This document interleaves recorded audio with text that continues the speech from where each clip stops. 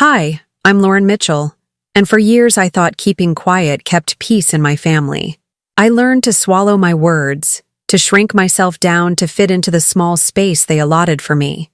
But the night of my brother's engagement, I discovered they had given away something that wasn't theirs to give. My apartment. That betrayal didn't just break me, it changed everything. Before we dive into this, please like this video, subscribe to my channel, and tell me in the comments where are you watching from. The party was a sea of pastel silks and expensive champagne. Laughter, light and brittle, echoed off the high ceilings of the rented hall. I felt like an outsider from the moment I arrived, a simple rowboat in a harbor full of yachts. My family moved through the crowd with an ease I could never imitate. My father clapped men on the back, his laugh booming. My mother, elegant and poised, accepted compliments about the event, about her son, about everything but me. I stood near a pillar, nursing a glass of sparkling water, watching them, watching my brother, Mark, and his fiancée, Sarah, glow in. The center of it all, an aunt I hadn't seen in years drifted over to me, her perfume arriving a full second before she did. "Lauren, dear, always on the sidelines, aren't you?" she said, patting my arm. "You should be more like your brother. He knows how to own a room." I just smiled, a tight, practiced motion that didn't reach my eyes. It was the story of my life. Lauren, the quiet one. Lauren, the responsible one. Mark, the star. After what felt like an eternity of small talk, my father tapped a spoon against his champagne flute. The room quieted, all faces turning toward the small stage where he stood, beaming, with Mark and Sarah on either side. "Friends, family," he began, his voice thick with pride. "Thank you all for coming to celebrate this wonderful occasion. My son, Mark, has always made us proud." I felt a familiar clenching in my gut. He launched into a speech, a highlight reel of Mark's life, conveniently edited to remove the failures. He mentioned Mark's business acumen, glossing over the startup that I knew our parents had bailed out twice. He praised his generosity, conveniently forgetting the times Mark had borrowed money from me with no intention of paying it back. I listened, my jaw tight, feeling myself disappear. It was as if my own accomplishments, my own struggles, were written in invisible ink.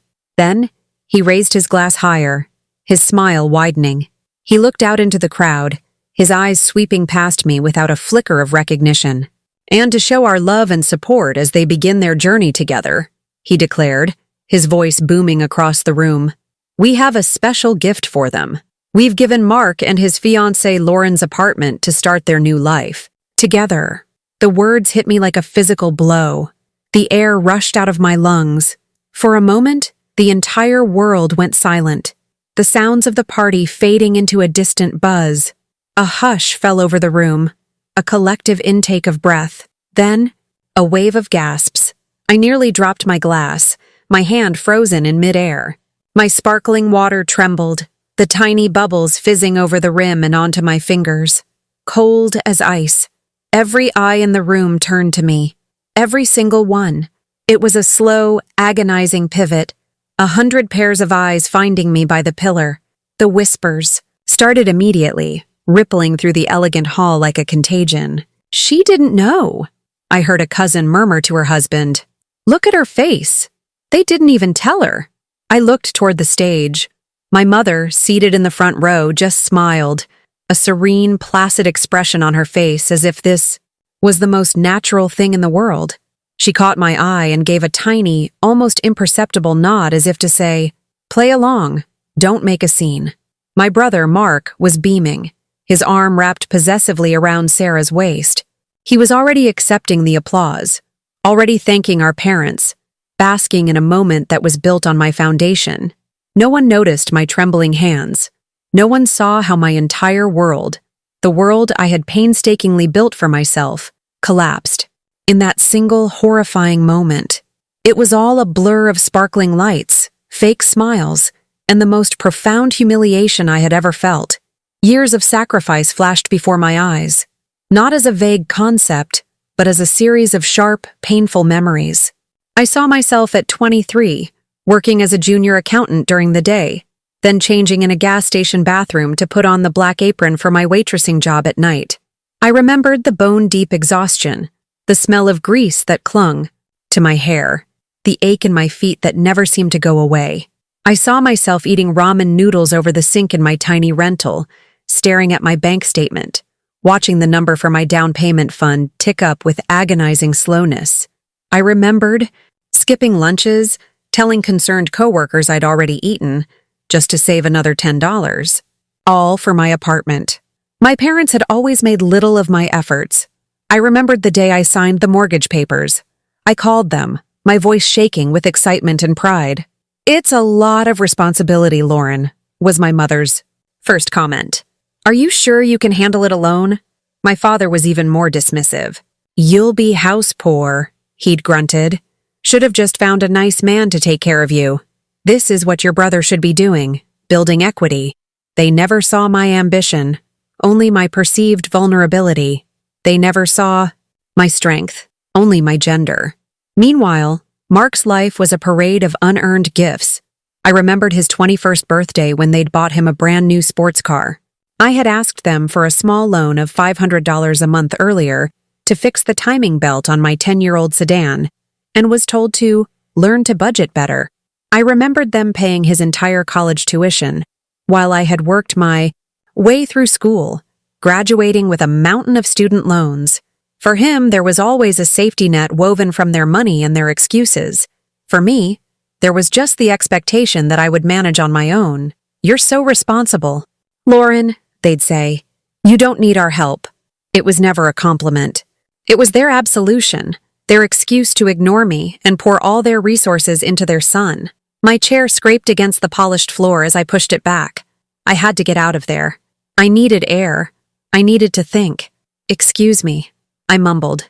To my aunt, who was now staring at me with a mixture of pity and morbid curiosity. I walked away, my legs feeling like they were moving through concrete. Each step was a battle. I could feel the eyes on my back, the whispers following me like a shadow. Inside the blessedly empty and silent marble-lined restroom, I leaned against the cold countertop and stared at my reflection. My face was a pale, shocked mask. My eyes were wide, my lipstick suddenly too bright. Tears welled, hot and stinging, burning the backs of my eyes, but I refused to let them fall. Not here, not now. I would not give them the satisfaction of my tears.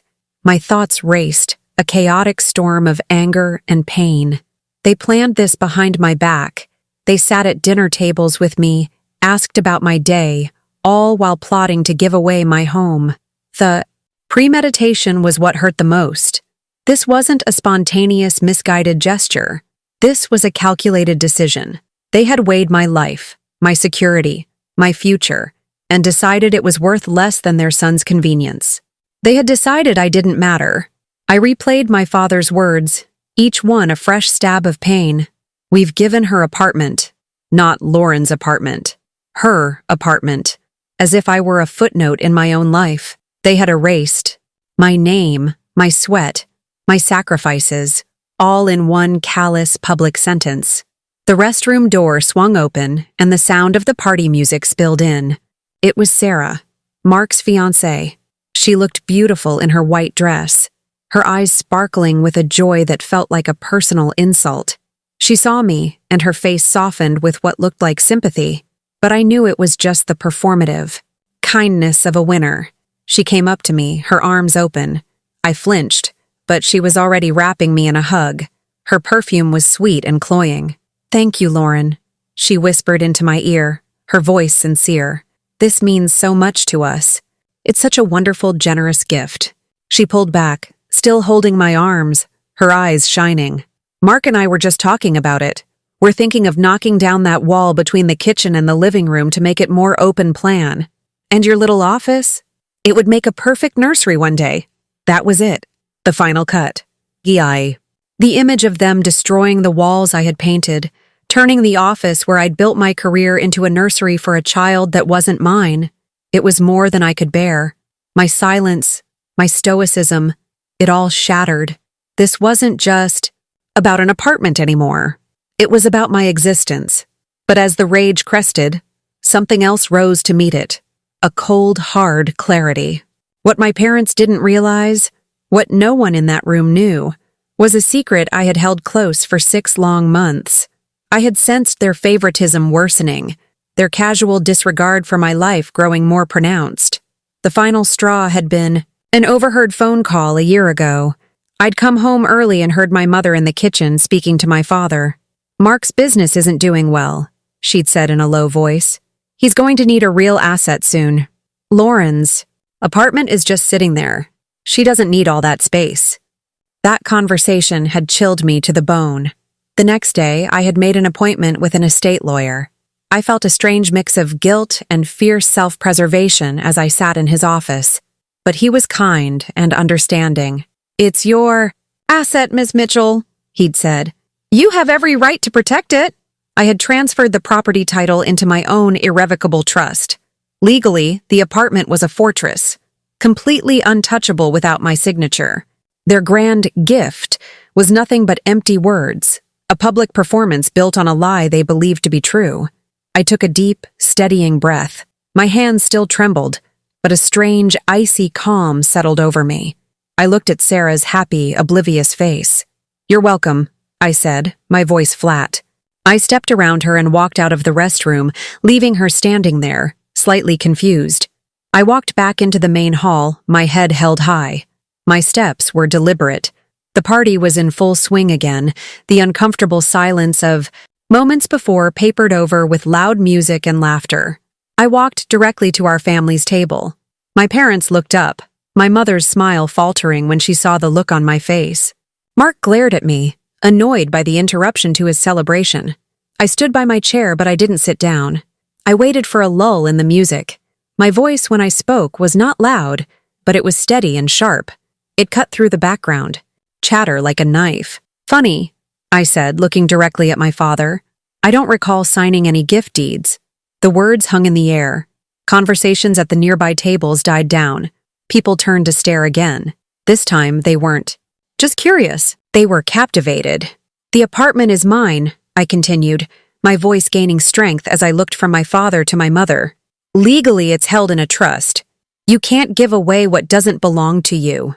The room fell silent once more. This time, it was a heavy, suffocating silence, the kind that presses in on you.